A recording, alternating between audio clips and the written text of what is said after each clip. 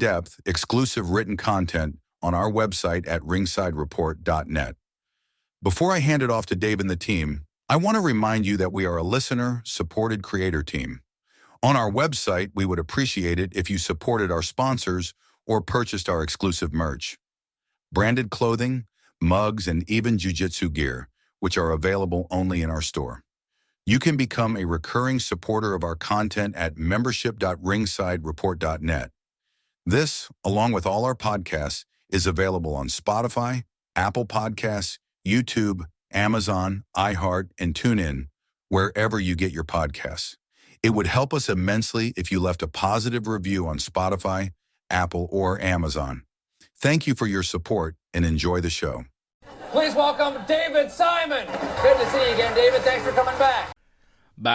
Oh, hey, who's going to win Money in the Bank? What's happening on SmackDown right now? Can Hangman beat Jon Moxley? We'll answer those questions and other questions on Wrestling Uncensored.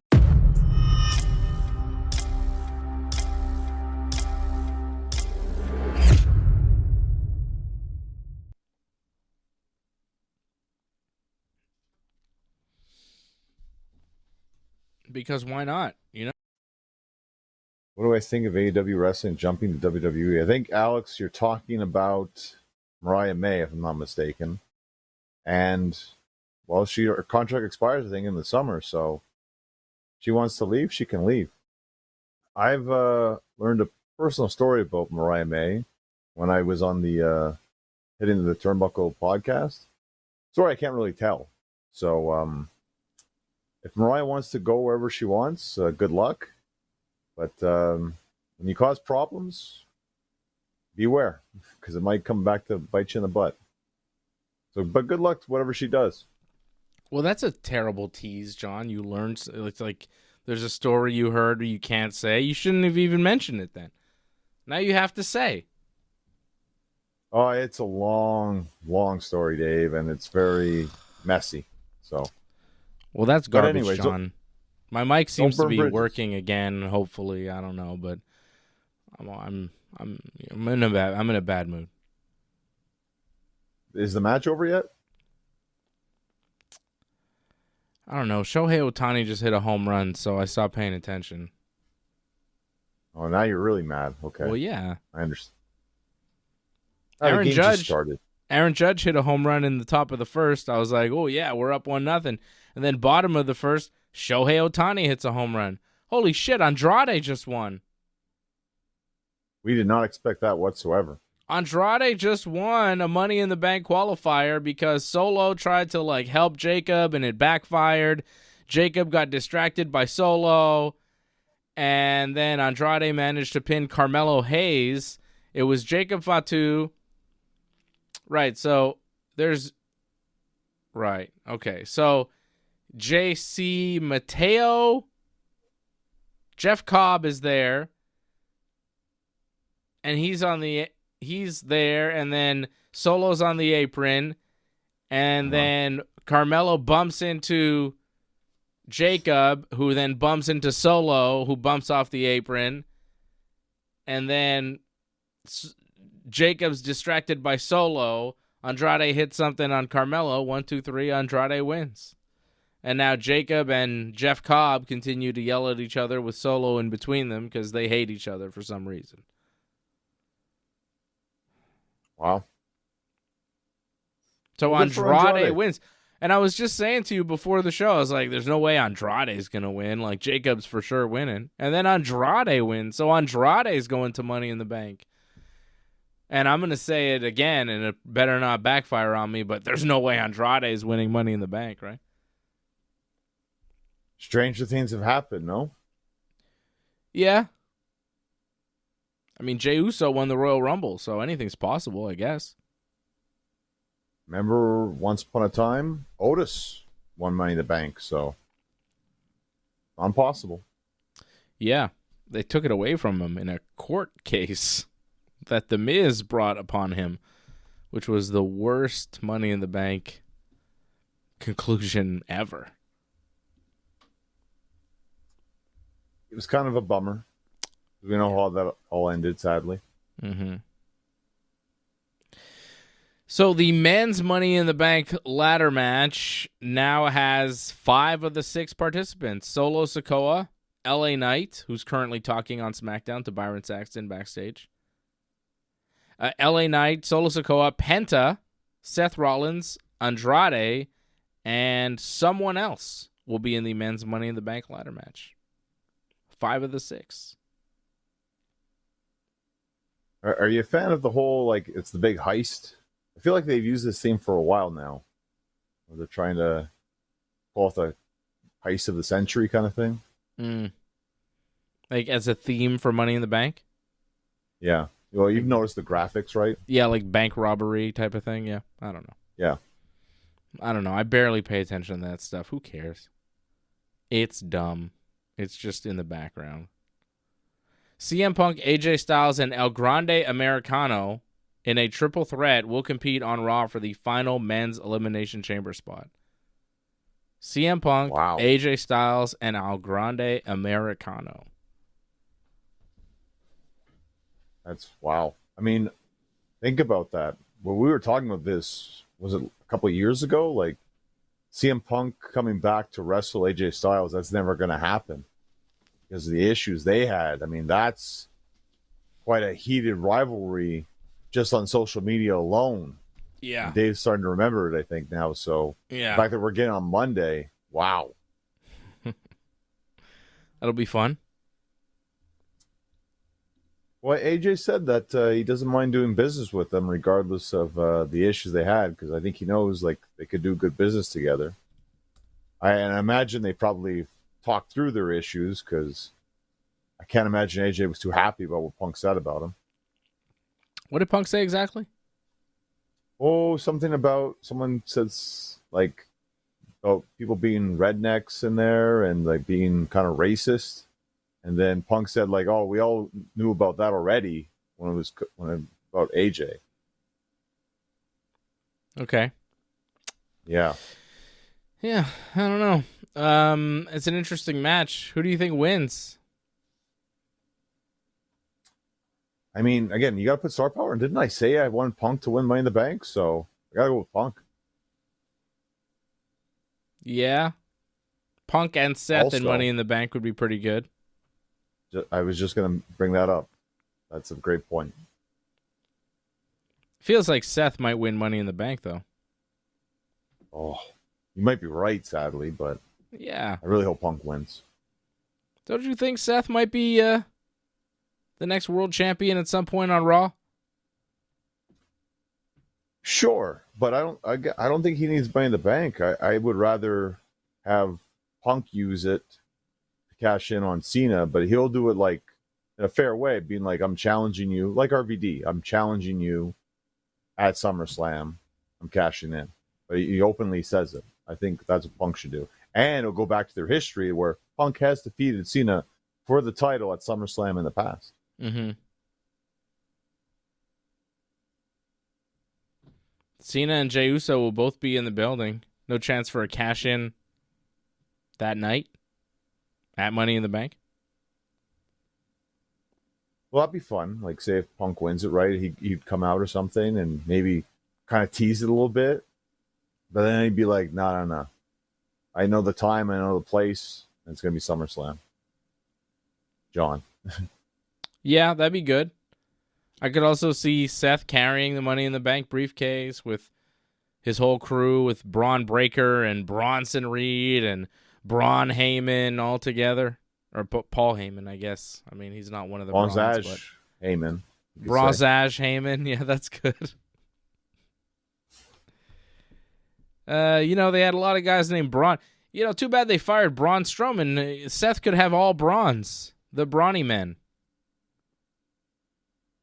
Well, isn't like Strowman still doing projects with WWE? He's doing like another like TV show with them or something. Right. So he's still kind of with them in a sense. Yeah. But whatever. Braun Breaker and Bronson Reed are Seth's goons. Bronson Reed showed up at Saturday night's main event, right? He did, and he helped caused a distraction, which led to a victory. There's a lot of distractions in that match. One distraction the referee saw, but he wasn't supposed to, I guess, see it, so whatever, and led to the win. I thought it was a solid opening match to start Saturday Night's Main Event. It was probably the best match I think we saw, too, on that show. Yeah. Seth and Braun Breaker got the win over CM Punk and Sami Zayn with help from Bronson Reed at Saturday Night's Main Event. It was pretty good. It was a pretty good match. I enjoyed Saturday Night's Main Event. I thought it was pretty good. 2 hours, Really? all wrestling. Yeah, I liked it. It was a good show. I mean, the opener was great, and I thought, great way to start it, get you going. Then the second match happened, and I'm like, oof. Yeah. This was rough. It was 5 minutes. And it was 5 minutes it was pretty bad. Pretty bad match. And in the end, too, with that kick that Zelina whiffed on and then stiffed on. The old whiff and stiff. Yep. Yeah. That was pretty bad. Zelina Vega sets up Chelsea Green for the 619, completely misses, and then to make up for it, just kicks her right in the nose and breaks her nose. For real. I give Chelsea a lot of credit because, it didn't stop her from doing the finish, which also looked kind of dangerous, and it looked like they were taking a long time to do it. So I didn't know if they were going to pull it off, but Chelsea still did it regardless. Mm-hmm. Yeah, but pretty disappointed in Zelina for just throwing that kick. What was she thinking? She panicked. It happens. It's a big panic. Bad. Yep. And that's not the way to do it. I mean, everyone makes mistakes, and that's the worst way how to handle it. And she'll learn, and sadly, Chelsea has to learn that too, where it's got to be like, well, I better protect myself because I got to watch out for the old stiffy afterwards. Yeah. John Cena beating R-Truth. I mean, it was what it was. It wasn't much of anything. Whoa. Talk about garbage again. 5 minutes of garbage. It was Cena. short. He talks about ruining wrestling. I think watching him ruins wrestling for me right now. It is so putrid, so bad. Mm-hmm. His bumping. You can't be a heel if you can't bump. He's the worst bumper right now, easily in wrestling. Yeah, he's not looking great. But the match was, again, it was 4 minutes. Can we talk about his hair transplant? You got a hair transplant, and it still doesn't look like it's working for him. Wow. You're bullying John We're taking Cena. a lot of shots. Yeah. A little bit. He can't help it. It's not his fault he went bald. Yeah, but he tried to cover it up, and it's not working. Well, you're going to make fun of him if he's bald. You're going to make fun of him if he covers it up. Either way, you're going to make fun of him. Honestly, I thought his, when he had a shaved look, that was his best look. Damian Priest beat Drew McIntyre in the steel cage match by walking out the door. Jesse Ventura didn't like it. I didn't like it either. As a babyface move, how do you win like that? It's funny how that got the biggest reaction was Jesse's reaction, right? But I agree with you. It's that's kind of ridiculous. You're a babyface and you just walk out like that. The way he did it, it seemed kind of cheap. And Jesse was just playing that up. Anything Damian was doing, he was putting down and being oh, every time he went to the count, all the refs not fair with the counts. He was looking for any way to give the heel the advantage. He's old school, Jesse. So yeah. And maybe he did forget the rules a little bit. It's very possible. But I think he's mainly just playing up the whole angle of it. Yeah. I think he figured Priest was healing out by walking out the door. And he sold it like that. I don't know. I thought it was a weird finish. The match was all right. And then Jey Uso beats Logan Paul, thankfully, in the main event. And there was all sorts of shenanigans and people coming out to help Logan Paul, including John Cena. And then Cody Rhodes made his return and chased off Cena and hit the crossroads. And then we set up the tag match for Money in the Bank right at Saturday night's main event. Cody Rhodes and Jey Uso versus John Cena and Logan Paul. which is a big tag match, and it's cool to see Cody back. Cody now about to cut his first promo since losing to Cena at WrestleMania. Cody walking out to the ring as we speak on Friday Night SmackDown in Knoxville, Tennessee.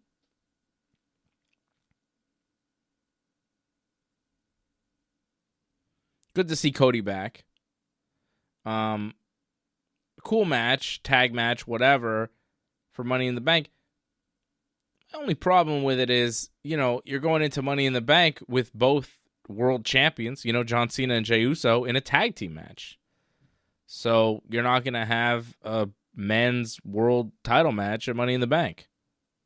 Which, whatever. It's not a huge deal, but it's kind of disappointing. You have two champions, and not one of them will defend at Money in the Bank. I hope both women's world champions defend at Money in the Bank, at least something. Or at least one, Io might defend, or Tiffy Ty might defend, one of them. Well, this is the problem with having too many championships. I think we'll get a women's championship match. It just might not be for a world women's title match. Mm-hmm. And I think they're doing this tag match with both men's world champions, just trying to get as many people on the show and not have too many matches. Well, right now they have 4 matches announced. The women's Money in the Bank, the men's Money in the Bank, Cody Rhodes and Jey Uso versus Cena and Logan Paul, and Lyra Valkyria versus Becky Lynch in a match that they set up this week on Raw, where they mentioned each other's spouses, and it got people excited. Becky says she goes home to her hot husband while Lyra goes home to her weird-looking fiance. It was kind of funny. And then Lyra was trying to be shooty. She's like, your husband, the only talented thing about you. And I'm like, It wasn't great. No, again, it feels like they're just trying too hard with that. Yeah. It just feels forced. It's a last chance match for the Women's Intercontinental Championship. If Becky loses, she can never challenge Lyra for the Intercontinental Championship again. And if Lyra loses, she has to raise Becky's hand and recognize her as the better opponent or whatever.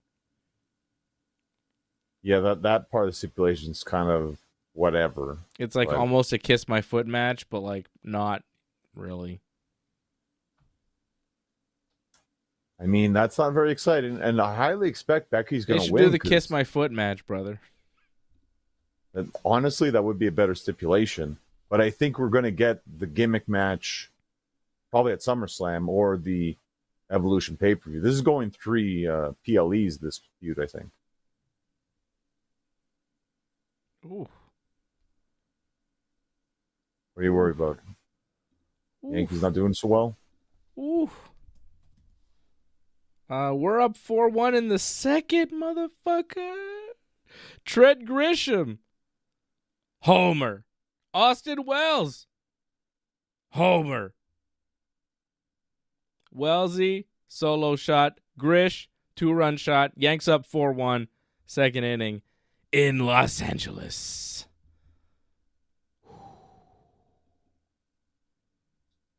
The World Series rematch already living up to the hype here. And we got Max Fried on the mound with a 3-run lead. He already gave up his one Shote bomb. Let's go. Let's go, Yankees. Yankees have won 5 in a row? They swept the Angels, right? Indeed. Yeah. Yep. Pretty good. They won the last 2 in Colorado and then won 3 in a row in Anaheim. And now they're in this series with the Dodgers. And I think this is the last West Coast road trip for the Yankees this season. So they're done with the West Coast road trips, which is nice for my sleep and nice for the Yankees. God. They're doing very well. Yankees are in first place by a lot. 7 or 8 games. It's very 7 much games. like last year. Last year was the same thing, too. Like, they got off to an amazing start. and then they The just Orioles did too. It was close. The division was always close last year. They didn't have a big lead on the division last year until like August, September. I remember the Yankees did very well to start the season. It's just, But so did Baltimore.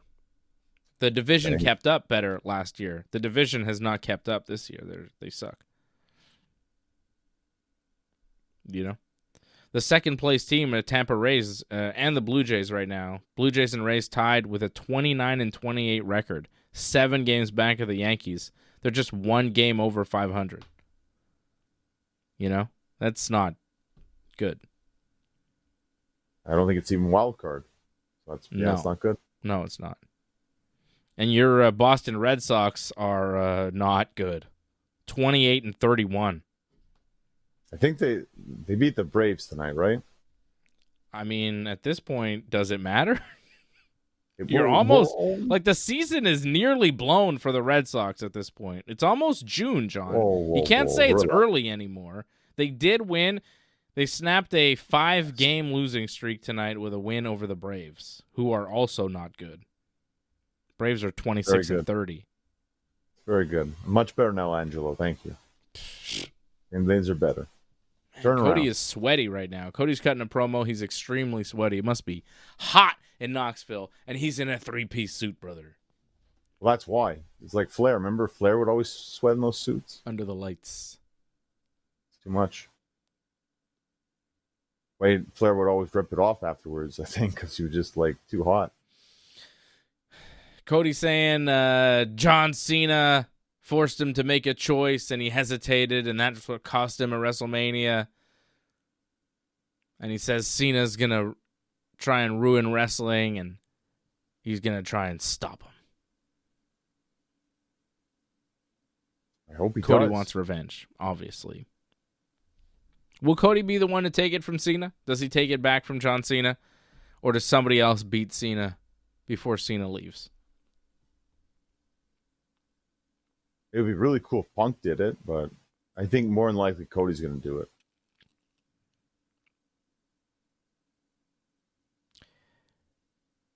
I think Roman might do it. I would love that. Where's Roman?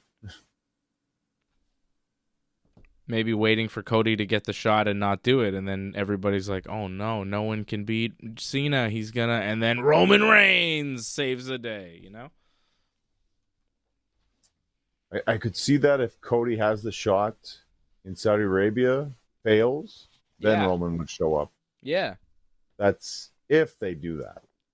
Big if. So we have a long ways away to go from there. It'd be good for the Cody Roman story, you know? Because like Cody and Roman, they've kind of teamed up. They've kind of made peace. But last time, you know, they met one-on-one. Cody took the title from him. And now it's like, oh, if Cody fails at Cena, but then Roman comes and he succeeds, then there's another, you know, element to that story, and Cody could chase Roman for the belt again, and it'll be under new circumstances. Like, there's a lot you could do there. I think Roman is a better move. Like, why just give it back to Cody after all this? I would give it to Roman, because, like, Roman hasn't been champion for a while. Cody had the belt for a long time. Give Roman a little run. Not like another 3-year whatever, but like give him 3 months, 5 months, you know? I completely agree with you. I just feel the way they're pushing Cody, having a new podcast, calling him the quarterback, feels like they want him to be the guy still. And it's just they gave Cena his moment. Gave him his 17th, but in the end, it's going to go back to Cody. I'm hoping it's Roman, but with him not around, it makes it harder, I think. I mean, he's going to come back, though. Yeah, will come back and then disappear again? I mean, how long does he stay for? It doesn't stay long all the time. I don't know. I think, you know, Roman as champion would be fun again. A babyface tribal chief champion. Hasn't been done. Let's do that. Let's do something a little different. Instead of going back to babyface Cody champion. So I agree. I think Roman OTC right now, that's huge. He might be more over now than he's ever been if you think about it. In terms of a babyface, I think maybe he was more over as a heel, but as a babyface right now, as OTC, that'd be huge. And I'm sure they could definitely sell a lot of merch with him right now as champion. Yep. But I think also he might be having a future in Hollywood, and maybe that's starting up soon. Isn't there rumors about him in the new Street Fighter movie or something? Yeah, there's rumors. Well, good for him, though. I mean, no matter what, he's going to be making money, so good for him. Yeah. Jey Uso making the walk to the ring right now. They just went to commercial break. Cody cut this promo about, stopping Cena and beating Cena in the tag match and all this. Introduces Jey Uso. Jey Uso making his walk to the ring now during the commercial break, so they're going to be yeeting for like 3 minutes. Yep. And Cena will appear at some point when they come back from commercial. So that's what's going on SmackDown right now. Earlier tonight on SmackDown, we saw Naomi qualify for the women's Money in the Bank. She beats Nia Jax and Jade Cargill. Kind of a cool finish there. Tower of Doom in the corner. Nia then stacks Naomi and on top of Jade Cargill to do the bonsai drop, or the Annihilator, or whatever they call it. Nia goes to do the bonsai drop. Naomi moves out of the way. Boom, she lands on just Jade Cargill. And then Naomi does a crucifix pin to roll up Nia for the 1, 2, 3. And Naomi wins. And Naomi qualifies. Did you notice on the finish when Naomi sat up? She sat up right on Jade's face. And Jade tried to sell her face, or maybe be like, that hurt my face. But she couldn't because her hands were stuck. So it looked like she was touching herself. But she wasn't. She was just trying to move her hand. I don't know if you caught that or not. She's trying to move her hands up, but she can't because, Nia, was stuck on her, so her hands were like this. Right. And you didn't catch that, I guess? I saw her with her hands there. I couldn't quite tell what she was doing. Well, it wasn't because she was hurt there, because she didn't get touched there.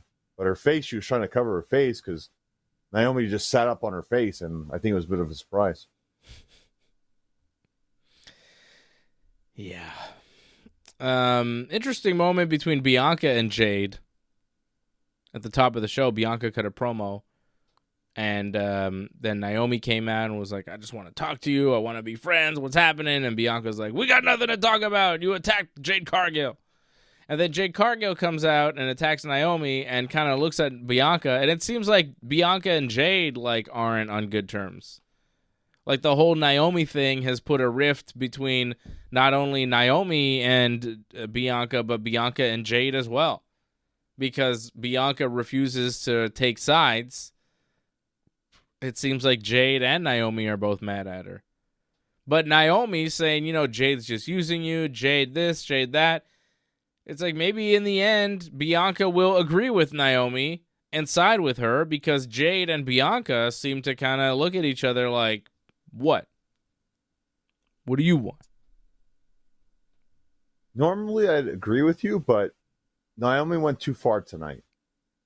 And when you make it personal like that, and then talk about someone's family the way she did, about her mom being in a wheelchair, and then maybe it'd be bad if she was in a wheelchair too. Yeah, well, it would be. It's taken a little too far when you make it personal like that. When you make it personal like that, it's like, you know what? They're going to have a match now. I'm surprised, when she said that, I'm surprised Bianca didn't tear her head off after that. Yeah. But she's hurt, so I get it. Bianca's actually hurt. You saw her hand, taped up, no? Oh, yeah. Yeah. What is that? Broken finger? I think from that whole, was it the moonsault that happened with Io at WrestleMania? Yeah. Well, we don't do pro wrestling with broken fingers anymore. What's up with that? I think they can be. We've talked about this. They can be careful. They don't have to rush this. I'm surprised we saw her tonight, but hometown and all that. Good reaction. Yeah. She wanted to sing a song. Yeah. We had some action in the tag team division. The Street Profits, the champions on SmackDown, cut a promo about the Wyatts attacking them last week. And then Fraxium came out, and they were like, yeah, we were having a match for the tag titles last week, and the Wyatts attacked you. We would like to have another match so we can get a tag title shot. And the Street Profits are like, nah, we were going to beat you anyways. It's not really worth it. And then Motor City Machine Guns come out, and they're like, hey, we would also like a tag team title shot. And then DIY, led by Candice LeRae, come out, and Candice is like, we want a tag team title shot. And then the Wyatts come out and attack everybody. Riveting. I mean, this is what they want, right? People want the Wyatt Six to show up. They need some teams to steamroll. This is a good spot for them, no? Yeah. Bunch of jabroni teams. They fit in well with the SmackDown tag division because they're not particularly good, but neither is the rest of the division. So the Wyatt Six are doing just fine. They fit in. I found Fraxium look bad, though, in this. They're the new babyface team, and they took all the beating from the Wyatt Six. Mm-hmm. It doesn't make them look good in the end. It should have been a heel team. It should have been DIY.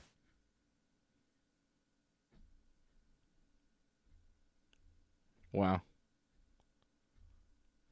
What happened? Well, there's a person in the audience with a T-shirt made of John Cena's face. He's in like the second row. Cena definitely sees this. It's Chairman Mao. I think that's Chairman Mao, the former Chinese dictator. Right? Is that how? But it's a John Cena face, I guess. But it's John Cena's face. Right. On the picture. So it's like bald head, with the skullet. But in the like military Chinese uniform. Which is, I think, a comment on his hair and a comment on his allegiance to China. Yep. Oh, that's a good one. Cena's in the ring. He saw it. He didn't say anything, but... No, I don't think he wants to say anything about that because I don't think he wants to upset China. He's upset China before in the past. So yeah, and he had to apologize in Chinese. Yeah. Yeah, because he's a real sucker. Here's Cena. He's cutting a promo. He says Cody and Jey Uso, they all want to be just like him. They all want to be him. They want the fame. They want the money. But they're not going to get it. Because they're not cool like John Cena. They don't have a big following like John Cena or like his tag team partner, Logan Paul, who's now introduced. Here comes Logan Paul to the ring. Few minutes left in SmackDown. Logan Paul and John Cena. What a team. What a team. So much evil. You still get invasions from Raw now. Okay. Is Logan Paul a Raw guy now? Almost positive.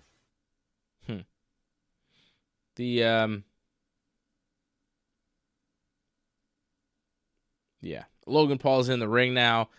Cody and Jey Uso in the ring with Cena and Logan Paul. Hey, David, Johnny, if no, I am being honest, again. I was the first one in the entire world to say that Logan Paul is something special. Mark my words. I wonder if you just say L. Paul. Hopefully, maybe that works. You should do that from now on. Shout out to Angelo on the chat. Shout out to Patrick Deneau, members of the team. Patrick says, great week for AEW. The wrestling going strong right now. Hangman will be champ soon enough. I think so, too. Solid pay-per-view from AEW last weekend. Hey, Dave and Johnny, if I am being honest, I was the first one in the entire world Why again? to say that I don't want to hear it Logan Paul again. is something special. Mark my words. I hate that guy. Pisses me off every time. I actually, for a shoot, don't like him, but I don't know. It keeps happening. Yeah. What'd you think of the AEW pay-per-view? Double or nothing last weekend. I agree with Patrick. I thought the pay-per-view was quite solid. Extremely long. Yeah. But that might be my only negative, really, about the show. I think it was definitely one of their best ones this year. I was very impressed with Anarchy in the Arena. I thought Mercedes Moné, Jamie Hayter, solid opener. And although I was fighting sleep, which I'm sure hurt the quality of the match for me, but I enjoyed Ospreay and Hangman as well. And it's the one match I didn't predict correctly. And I'm like, so close to getting a correction just all the way through. But, oh well, it's still a good match. And it's nice to get surprised like that, because that match really could have gone either way, and it was done very well the way it all went down. I don't remember. How did my predictions go? Did I get everything right pretty much except for the main event? And the six man. Remember we differed on that one too. I went with Callis. Okay, yeah. The Don Callis family won. They did win. Mm-hmm. That match felt like it was more of a buffer between Anarchy in the Arena and the main event. I get it. But again, still, I think that was like close to 15 minutes. It didn't need to be more than 10, to be honest. And I can say that for a bunch of matches. I didn't mind the FTR match, but again, way too long. I think most of the matches you can just say cut. I love the stretcher match too, by the way. I don't know if you caught the stretcher match between Briscoe and Ricochet.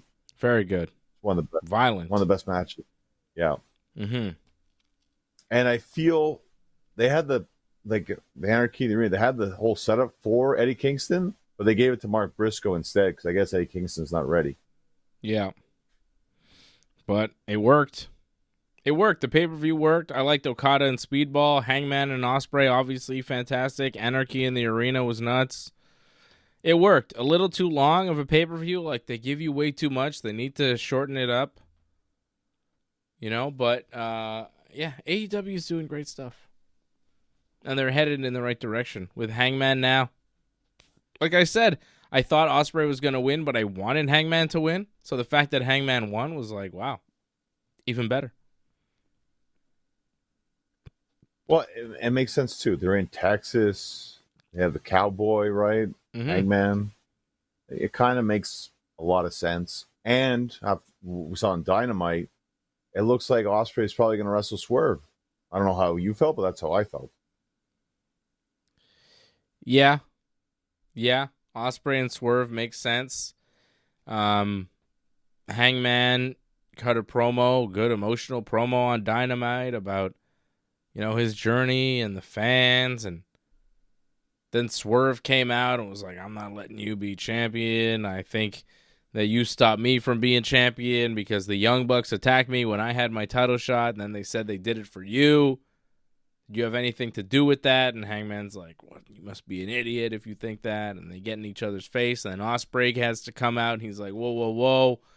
Swerve, we got to take out Jon Moxley. He's really evil. We got to get rid of him as champion. I thought I was the one to do it, but I don't think it's me. I don't think it's you. I think it's Hangman. Hangman is the one to do it. We got to get behind Hangman. We got to protect Hangman from Jon Moxley's goons. And we got to help him achieve his goal. And Swerve is like, I'm not doing that. So I think maybe Ospreay and Swerve will wrestle over that. I was thinking more the number one contender spot. I was thinking. That too. There's Hangman time, has right? to win though, right? I mean, has to. I mean, it's an interesting way you say that. I mean, does it really change anything in AEW if he doesn't win? Yeah, Moxley would still be champion. Yeah, but you still have guys that could come up and challenge him, right?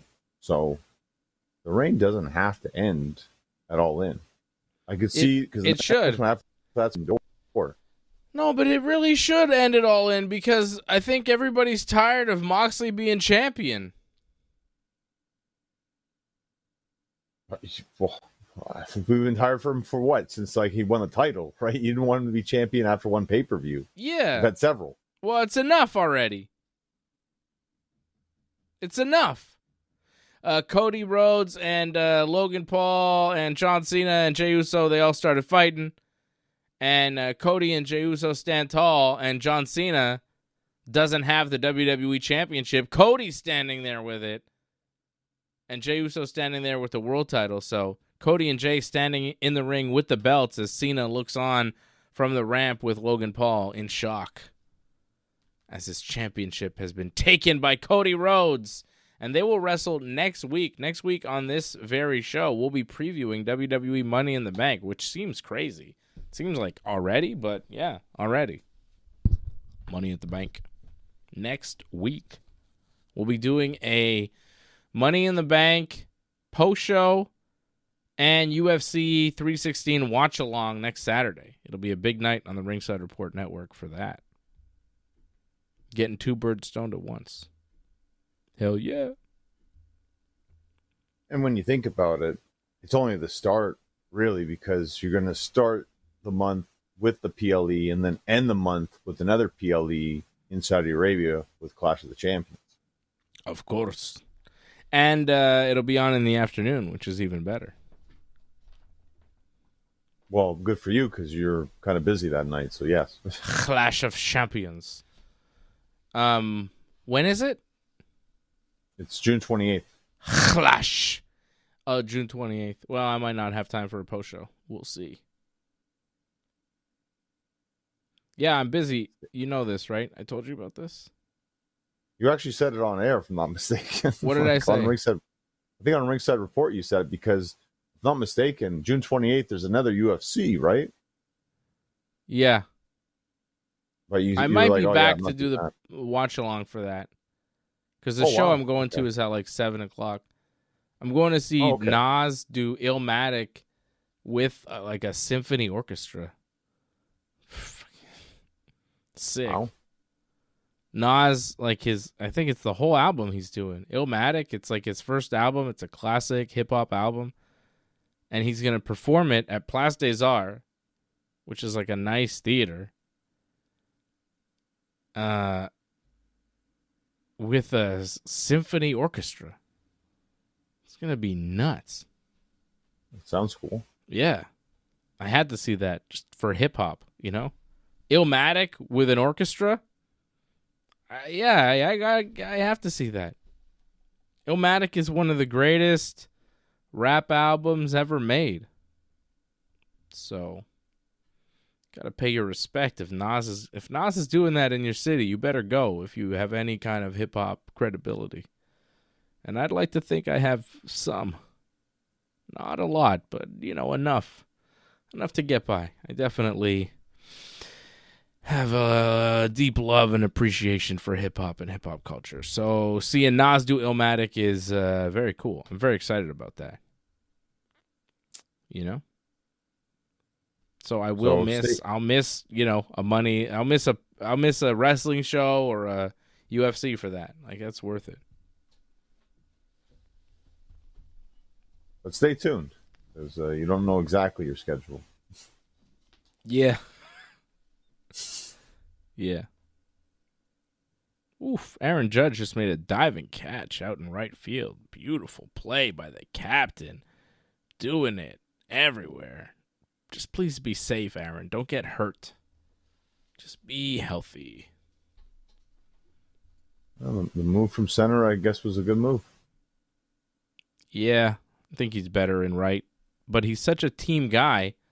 When Juan Soto came to the Yankees, Aaron Judge moved over to center field because, Soto plays right field. So he's like, all right, I'll move over to center. Not everybody in baseball would be so agreeable to make those moves, but the Yankees are a real team effort. Nobody's bigger than the team, not even Aaron Judge, who's literally bigger than the whole team. Size-wise, he's gigantic. And he's better. He's like the greatest baseball player to ever live. So, he's pretty great. Everybody knows it. And he's selfless. Oh, what a captain. What a leader. What a man. Aaron Judge. Still missing a World Series win, but... Yeah.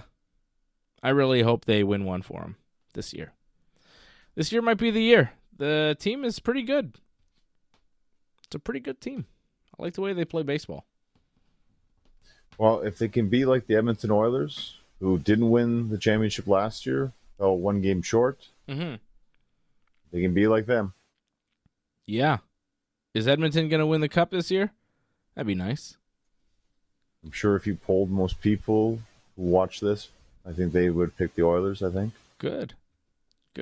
Has it started? It will start on Wednesday. Ooh, okay.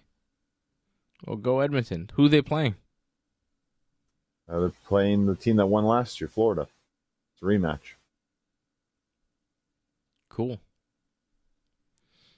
That was the same matchup last year, and they're doing it again. How about it? So get ready. You might have to see the Dodgers again in October. Yeah. I mean, I could see it.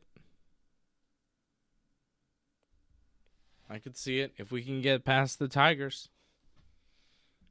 The Tigers are very good. Doug Hepburn, big Tiger fan. Doug sent me a package in the mail.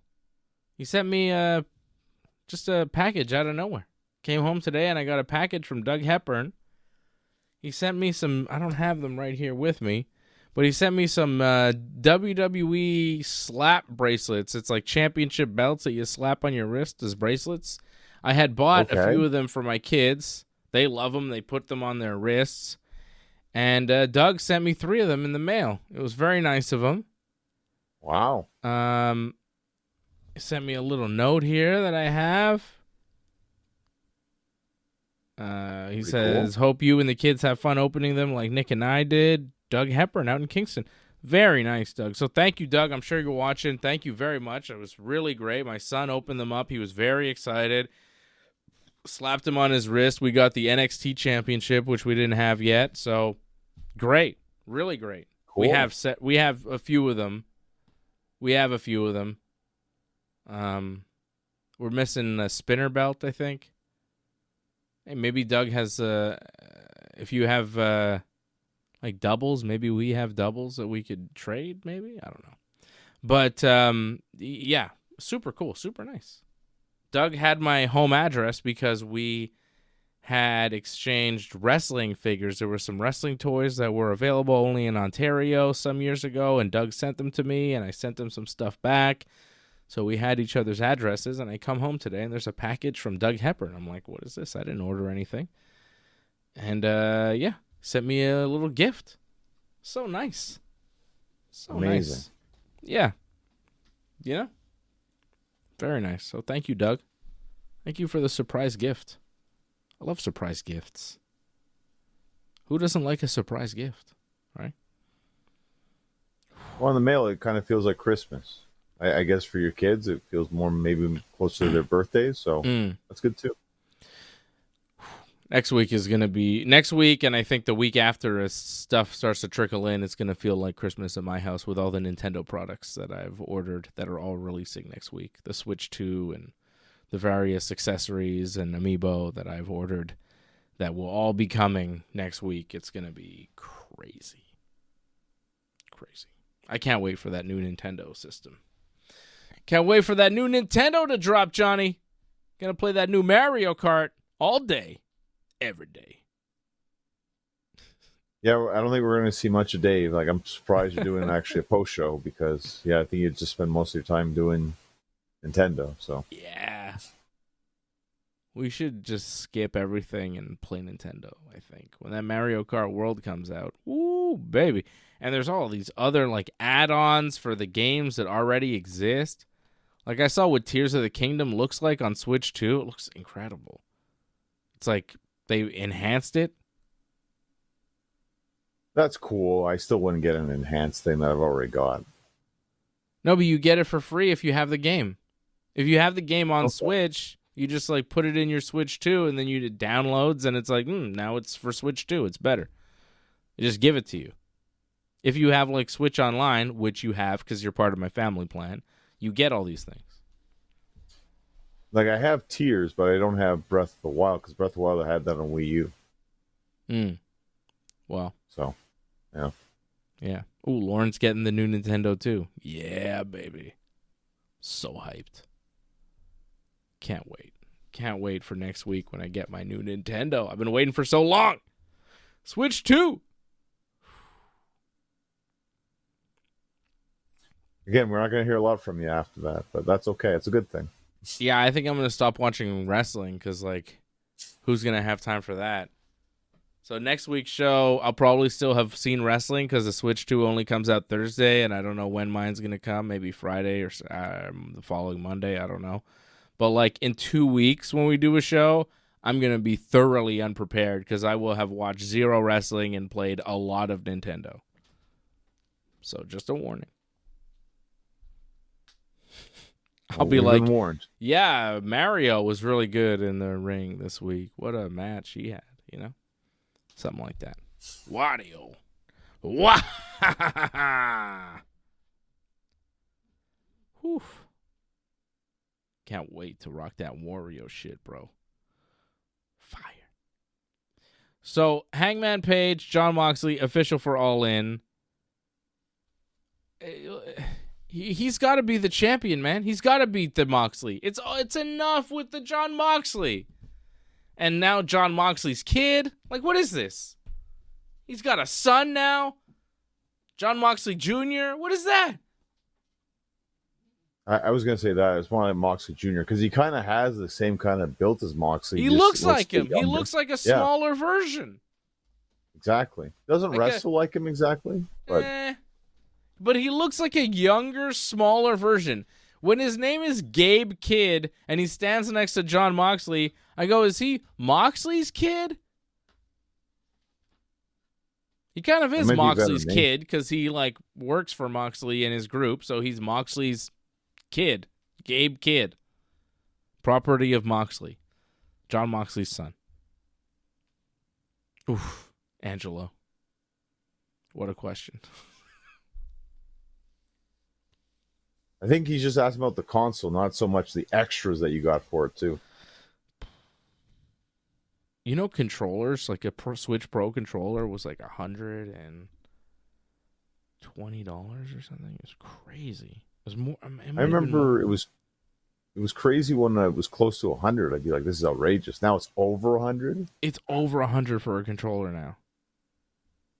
Insane. I have it. Oh, it's nuts. This is why I'm not getting it. Controller. I don't know how much it costs, but it's a lot. The controller's a lot. $126 for the controller. Insane. Yeah, man. I mean, with tax and everything, but still, it's nuts. And the Switch with like, so I got the Switch, the console, which comes with Joy-Cons, you know, the charging dock, the dock, charging cables, shit like that, and Mario Kart. I got the bundle with Mario Kart, with tax, all in, $800. $800? Old Switch was like $400. I got cheaper, but yeah. Bruh. $800. Didn't you pre-order Donkey Kong too? Yeah. That comes out in July, though. I got time for that. But, like, you go for, right?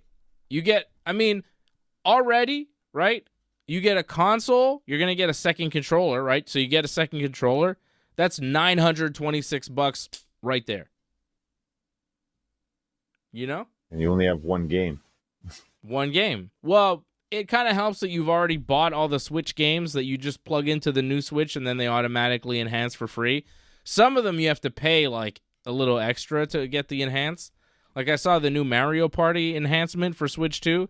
It's cheaper if you have the game, but you still have to pay like, I don't know, $20 to get the enhancement, which is a little uncool. Release new games. Don't give me like some DLC that I have to pay for. You know? Come on, Nintendo. You're better than that. Yeah, don't be like the phone games. Yeah. But it's a lot, you know? And then you got to get the camera.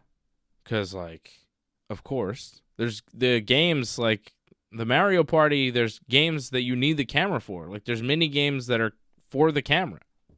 So you need the camera to play the games. Then you got to get the GameCube controller because, like, obviously, it's another $80. You know what I mean? It's just... So support the Ringside Report Network. Join.ringsidereport.net. Donate.ringsidereport.net. Because Dave needs a new Nintendo. So, you know, that's not what the money pays for. It usually pays for, you know, UFC pay-per-views and studio stuff and microphones and such. But maybe some of it will go to the new Nintendo. And then maybe I'll stream some Nintendo. You know, stream Mario Kart World. I could do that. That'd be pretty cool. Yeah, we've talked about it. It's just we haven't found the right time to do it. All right, Johnny, back to the wrestling. Back to the wrestling. Or not. Well, Toni Storm, Mercedes Moné. What? What else? Well, that happened. Mm-hmm. Timeless happened. Yeah. Toni Storm good promo. Defeated. Really good promo.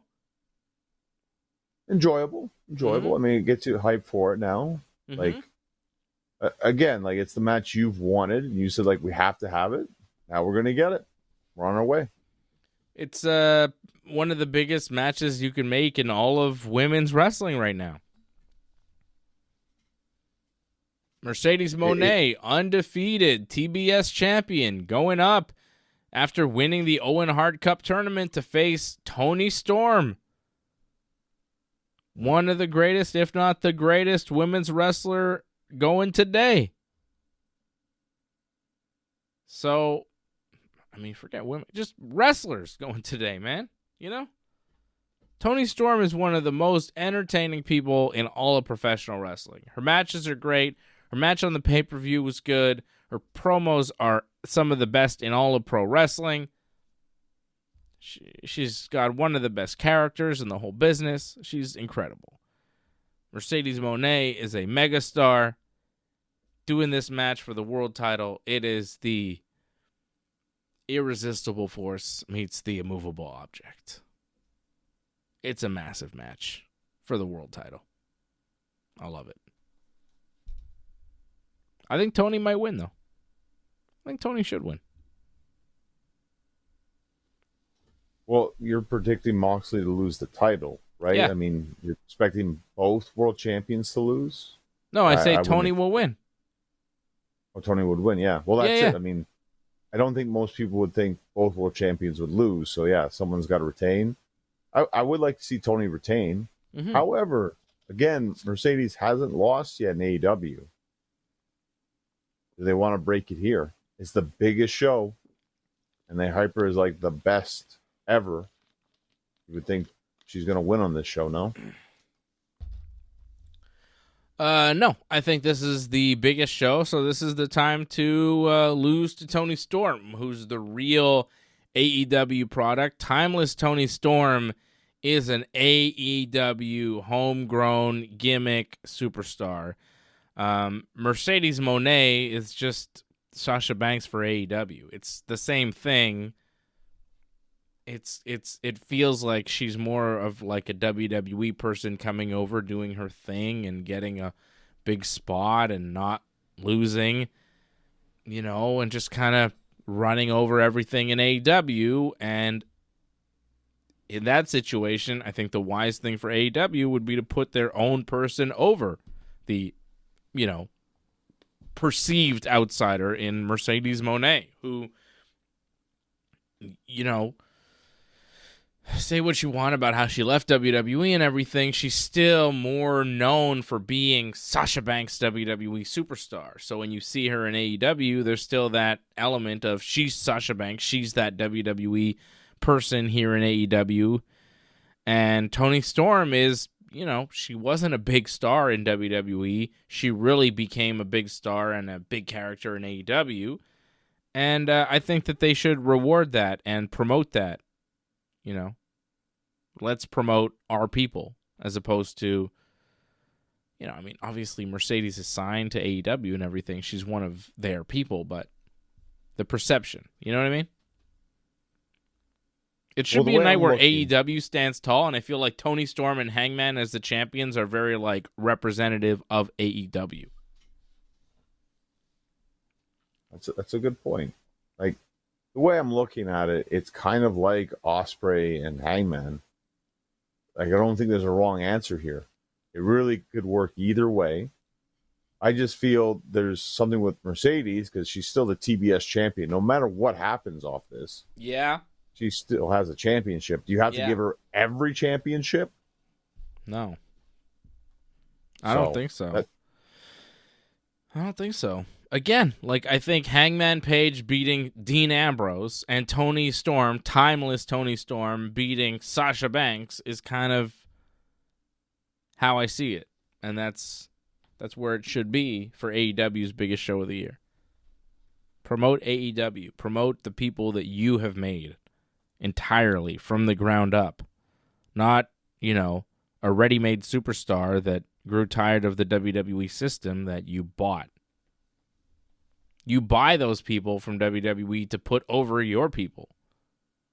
You build them up, you treat them well, you pay them well, you push them.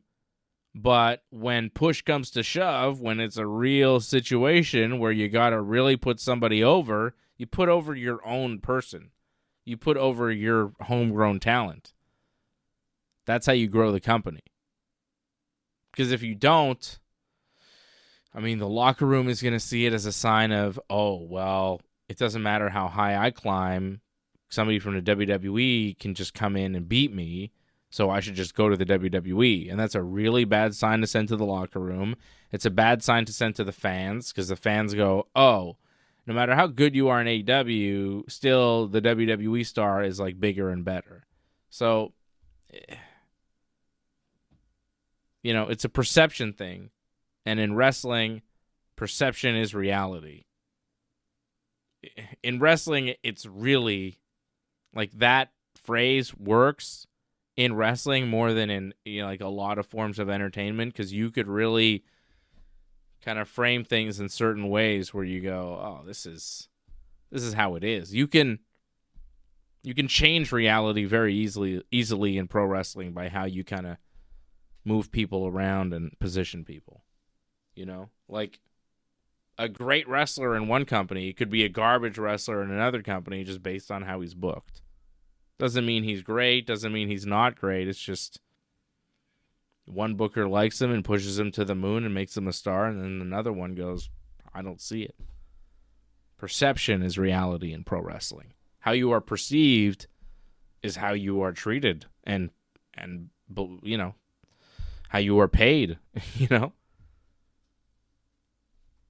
Well, I think Shelton Benjamin's a great example. Mm-hmm. We saw him in his late WWE run, couldn't win a match. Now, he's one of the toughest guys in AEW, one of their strongest champions, and in my opinion, it's one of the best things to watch right now in AEW is everything he does with the Hurt Syndicate. Mm-hmm. Or Ricochet, I think the perception of him in WWE was, good-looking kid, athletic kid, does all these flippy moves, has to be a babyface. Has to be.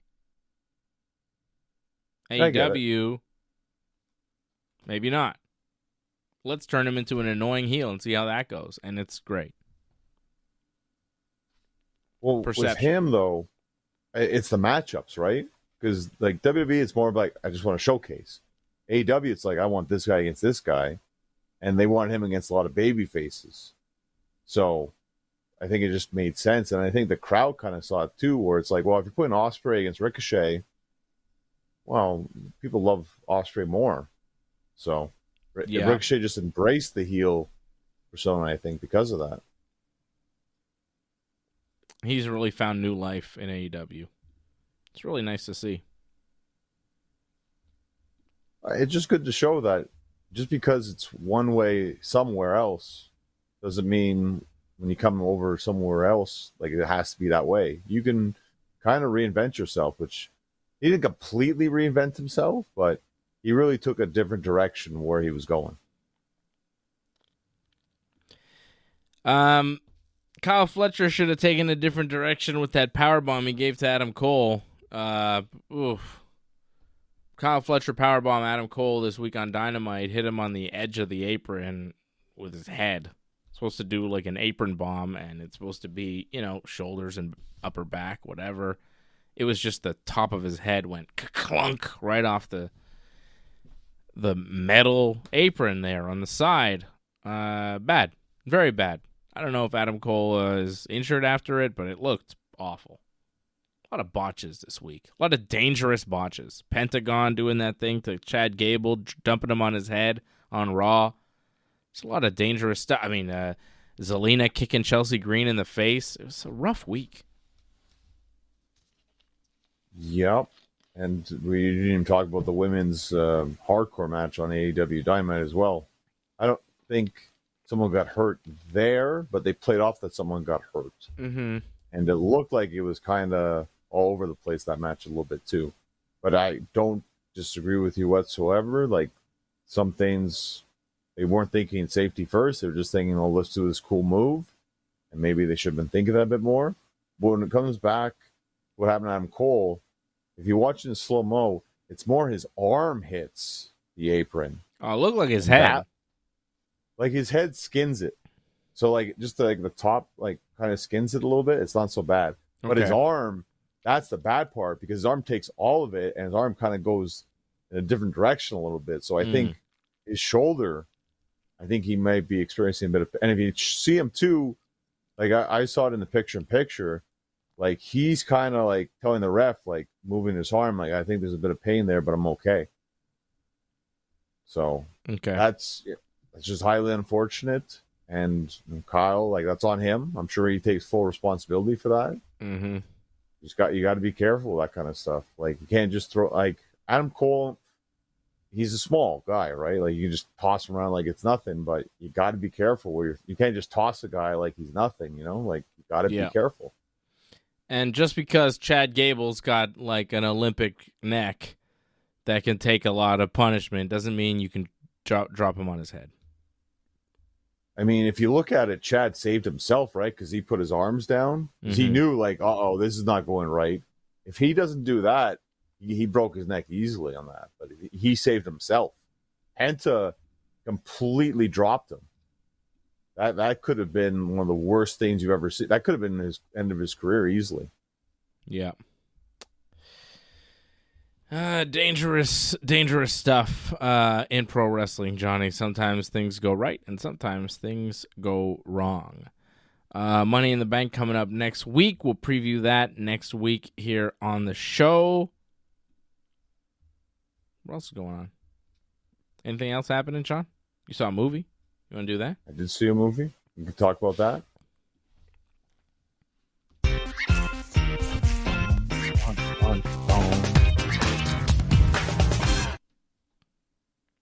Cool. One screen. Awesome. So this week I saw the new Karate Kid movie called Karate Kid Legends.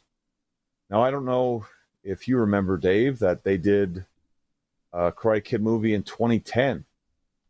And it pretty much was Jackie Chan and Jaden Smith. I don't know if you're aware of who Jaden Smith is or not, but I know who he is. He's Will Smith's son. Oh, there you go. That makes it easier. But he's not in this movie whatsoever, so it doesn't matter about him. Jackie Chan is the one we care about. And he appears in this one as well. This kind of ties in that movie with the past movies. You remember the original Karate Kid? And No. Danny.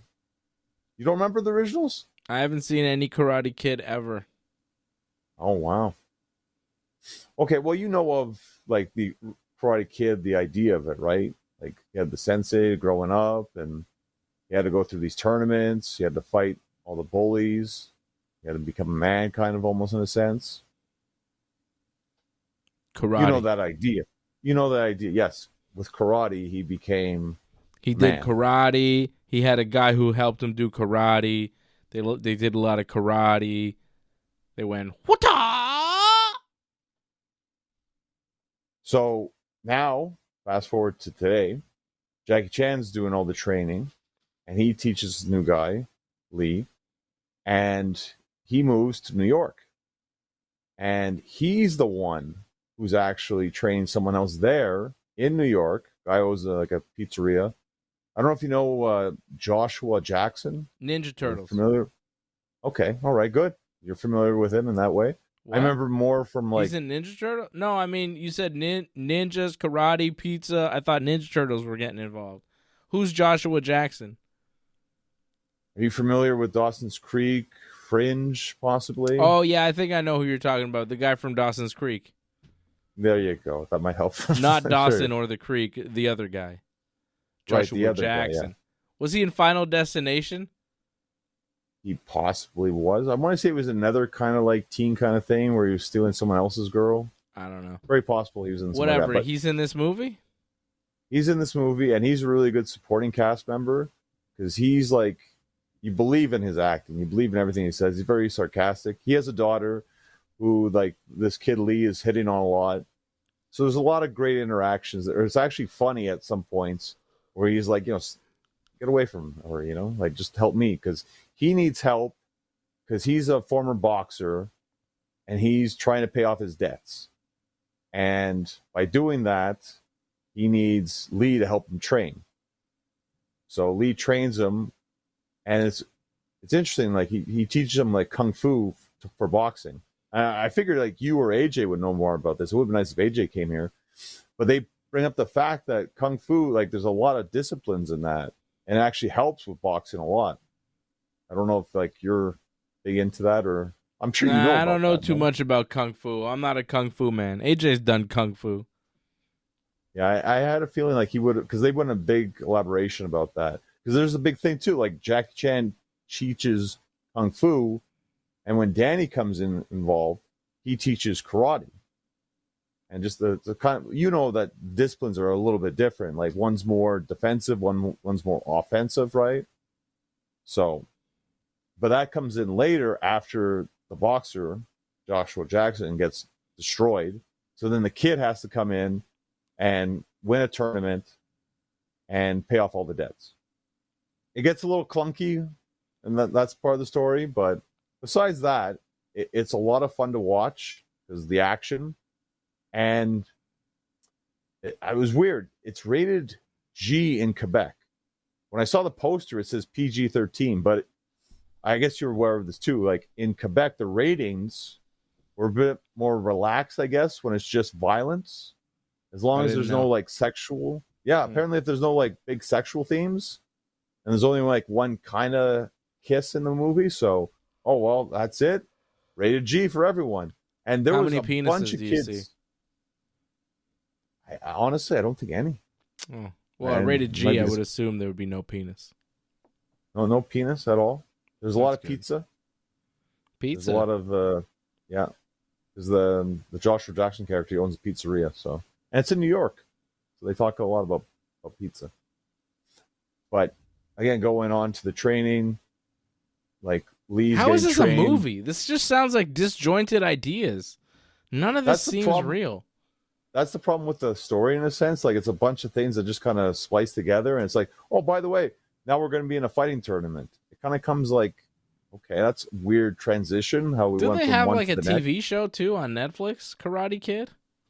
You're talking about Cobra Kai, okay? Right? And I'm sure AJ's talked about that. I think even Fred's even talked about Cobra Kai. Probably. And they like. There's like a slight tie-in at the end of the movie after everything's all said and done, to maybe appease Cobra Kai people. But for the most part, there's not much Cobra Kai in this whatsoever. It's in the same universe, but it's really its own thing. The only true tie-in is the fact you'll see Danny a lot in this, because he helps teach karate while Jackie Chan's teaching kung fu. They'll build up for the tournament. And they do a lot of the training. Again, in a G-rated movie, like I see a lot of kids that were in the theater. Well, I guess it was like karate groups. A lot of people in gis, right? No AJ, by the way. But a lot of kids in gis. And they're doing the training, but mainly in subways.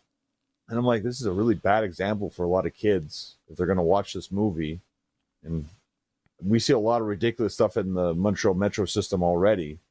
I hope we don't see more of it after what this movie does, because It's not a good idea to beat up people in the metro. I'm just going to say that. I don't think it's good for any kids to do Unless that. you know karate. Yeah, well, that's it. That's Jack Chan's whole thing. It's like, violence isn't good. So the best way to solve it is violence. I'll tell you, Johnny, I don't know karate, but I do know crazy. And I also know jiu-jitsu. Well, and you've seen many. And I know a little bit of Muay Thai, but I don't know no karate, bro. But you've seen many Jackie Chan movies before in the past. And it's more like this, like, and then the whole, like, come on, over here kind of thing, you know, like that. And they do the crane kick, too, by the way. Like, I don't know why, like, Mike Bailey, they should have had some sort of cross-promotion because there was a lot of the crane kick that they do in the movie. Yeah, you know the crane kick. Lyoto Machida, baby. The dragon. Yeah, wasn't Lito all about karate? Like, yeah, Lyoto was a karate master, baby. He was cool as hell. There have been good karate fighters in UFC. George St. Pierre, Lyoto Machida, Stephen Wonderboy Thompson. Lots of cool karate guys. Karate's got some solid elements for sure. I just I don't know much about it. I never did karate. I did wrestling. I do jiu-jitsu. I've done Muay Thai. Never karate. Just never happened for me. You know? And to be honest, a lot of people with jiu-jitsu talk a lot of shit about karate, and it's funny. It's kind of a joke. But really? It's not a joke of a sport. We just like to, poke fun. Well, you've seen many Jackie Chan movies in the past, right? Yeah, I mean, I saw Rush Hour. Okay, that's an idea. You get an idea what the fight scenes were kind of like then, if you've seen that. And maybe just add a bit more kind of style to it. All right, so what are you giving this thing here, John? You got a score on a 10 or something, or 5? What are you doing? I definitely would give it a thumbs up. I would say I give it like a 3.5 on 5. Was this better than the, what was that movie with the thumb in the butt that you liked? Oh, 50 Shades of Grey. Yeah, that was your favorite. That's a classic right there. Oh, yeah, that got you real excited. Yeah, that was a great movie, but a great series. But this was just a nice way to try to bring back an old franchise kind of thing, you know? Yeah, it's not the same kind of thing. It's not as good. Different. You didn't like it as much. It's still enjoyable, but in a different way. I mean, I enjoy like the fighting scenes and some funny parts in it as well. But again, kind of disjointed at some points, and definitely not as racy as 50 Shades was. But if you liked the past Karate Kid movies, if you're a fan of Cobra Kai, it's a must. I think AJ was like kicking himself. He's like, oh, he couldn't make it. He would have loved to see. He's going to have to go see it. So definitely, if you're a fan of the past, like you're going to want to go see this movie. All right. So thumbs up from Johnny. There you go. Johnny North movie review. Yeah, I've never seen a Karate Kid. I don't know about the Karate Kid. It's like a little, like, I don't know. I was too young for it when it came out or something. Oh, you just didn't care for it so much. But one other thing too, like, are you aware of the song "You're the Best Around"? I mean, yeah, I've heard that song. Unfortunately, it's not in the movie. I was so looking forward to hearing that. Hoping it would be in like the montage or something. Not even, I don't think it's even in the end credits. I stay for most of the end credits. Not even in there. How disappointing. Well, they have to have new stuff in. I think Fiend was in the movie, if I'm not mistaken. So we have, Travis Scott's everywhere. You got to hear that song. It's not a show unless you hear Fiend, Fiend, Fiend, Fiend, Fiend, Fiend. Constant. He's everywhere. WrestleMania. I'm Fiend, sure. Fiend. It was WrestleMania Fiend this year. Unbelievable. Unbelievable. All right. Well, there you go. Johnny recommends. Again, if you're a fan of the past, you like good fight movies. And I guess if you have kids, apparently it's rated G, so you can bring your kids. I don't recommend it for you, Dave. I don't think you want that to happen in the Metro for your kids, but have fun. enjoy. I don't know about Karate Kid. I don't think they're that interested in going to see that. I will recommend watching The Rehearsal. The season finale aired this week. It was incredible. It's on HBO and Crave in Canada. It's another brilliant masterpiece from the great Nathan Fielder. The Rehearsal. All about aviation safety and autism. Incredible. It was unbelievable. One of the greatest shows I've ever seen. Season 2 of The Rehearsal was nuts. Season 1 was like intense and a little sad. Season 2 was not as sad. There were some sad moments. There were some very funny moments. You will laugh, you will cry, you will think. Nathan Fielder is brilliant. He is a mad genius. And this is on Netflix? HBO. So Crave. Okay. I don't know if Crave, sadly. Yeah, The Rehearsal is something else, John. Yeah. Have you seen Nathan for You? No, I haven't seen that. I'm guessing that's also on Crave? Yeah, it's on Paramount too. I don't know. It's on a bunch of things. Netflix or Disney Plus. That's the way to go. You have anything to recommend there? No. Well, that's too bad. Netflix. What did I watch on Netflix? I watched something. I can't recall. Not those jerks that were on Raw this week. I hope not. No. Bert and Ernie? No. Good. Damn, Shohei just hit another one. So what's the score? 5-3 Yanks in the 6th. Ooh. Shohei just hit a solo shot, made it 5-3. It ain't over. Nope, but I like that the Yankees are winning. You know, I like that Shohei Ohtani just hit a home run, and it's like, all right, well, we still got a 2-run lead. We're all right. 6th inning. It's not over. We're still looking good. Yeah, but The Rehearsal, like, I would go out of your way to find it. It was the best thing that I've seen. I was watching something on Netflix. I think it was SmackDown. That's usually what I watch Netflix for everything now. It's just pretty much just rest. It's like Raw, SmackDown. Those are the things that I tune into Netflix for. Oh, season 2 of Tires is coming on Thursday. I recommend Tires. Tires is great. That's Netflix? Yeah. Tires. Okay. Season 1 of Tires, if you haven't seen it, I would recommend that. Very funny. I think you would enjoy Tires, actually, John. I think that's a show you would like. I've not told you about that? Watch that. Shane Gillis, Stavros Halkias. Very good show. Okay. Yeah. Give that a chance. Yeah. Sure. Tires. Tires is great. And then season 2 is coming out Thursday, so you can watch season 1 and then gear up for season 2, which is going to be really funny. I'm hyped for Tires. And I just finished watching Big Mouth, the final season of Big Mouth on Netflix. That's what I was watching. It was all right. I like Big Mouth. I gave up after season 1. Like, it's kind of childish, I thought. I mean, it's a cartoon. Yeah, but like, there's some good cartoons. Like, I like South Park. I like Simpsons. This was just like, kind of lower level, I thought.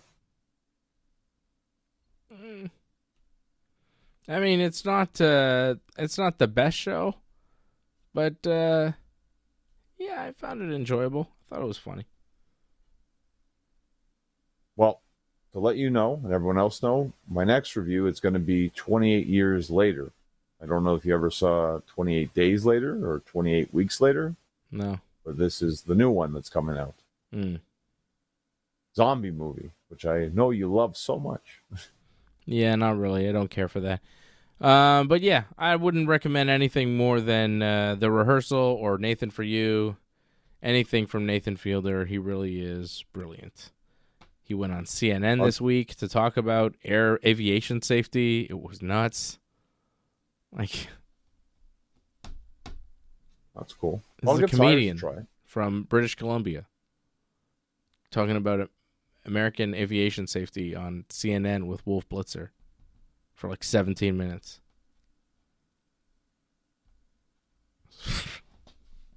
He's unbelievable. Like, his shows go into all sorts of different directions, and then in the end they come together and you go, what has he done here? He's running simulations of airports and airplanes and doing stuff with pilots, and then at the same time running like a fake singing competition for completely other purposes. And then there's different rehearsals that he's running and simulations of things and different shows that he's orchestrating. Then he's becoming a pilot through all of this. He's flying airplanes. What? Just for the show. What? Sounds a little crazy. It is. It's unbelievable. Oh. Uh-oh, that doesn't sound good. Oh. I know that face. That's like we just lost game 1 again. Oh.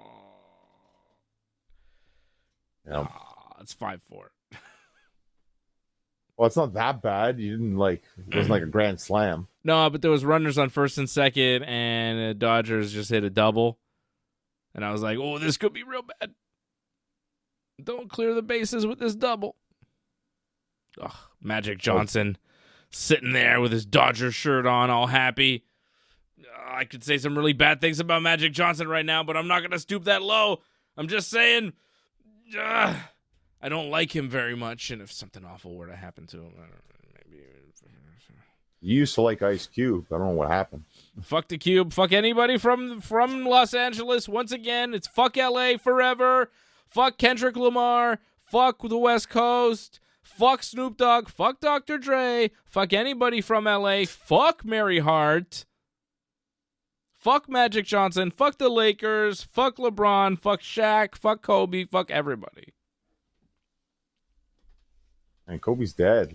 Well, sorry, but he represents Los Angeles in many ways, and you have to say fuck him.